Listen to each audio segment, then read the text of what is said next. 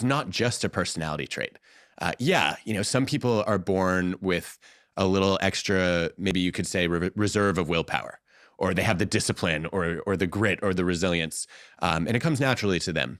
But this is very much a learned skill, and I think the clearest demonstration of this for me is in the marshmallow test, which has been wildly misunderstood in the last few years.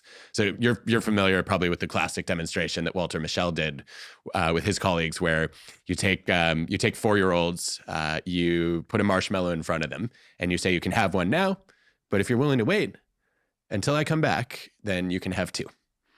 And then the original finding is that if the longer you can delay gratification, if a kid can wait 10 or 15 minutes for the extra marshmallow, the better they score on a standardized test like the SAT.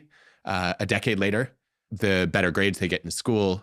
There are all kinds of benefits of this delay gratification skill.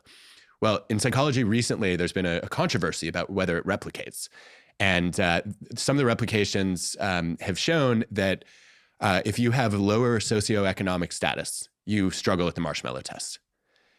It's really disappointing, but it's not at all surprising. And in fact, that was part of the original research, is if you grew up in a world of scarcity, and I know you can relate to this from your own lived experience, you could not afford to wait for the second marshmallow. It might never come.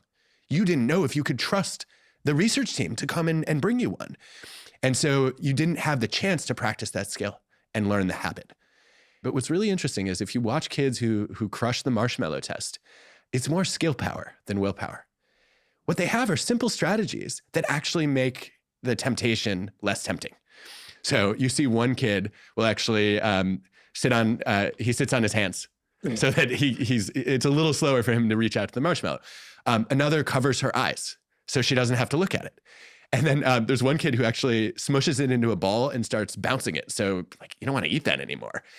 And this is why I say it's a set of skills, not just a matter of will, because if you have techniques for making discomfort less uncomfortable, and you know how to get it, I guess if you know how to get comfortable being uncomfortable, then you are willing to go into many situations where you're a little bit out of your depth and say, yeah, this might be awkward, this might be embarrassing, but I'm going to learn something. And I guess, for me, that was public speaking. You touched on giving TED Talks earlier.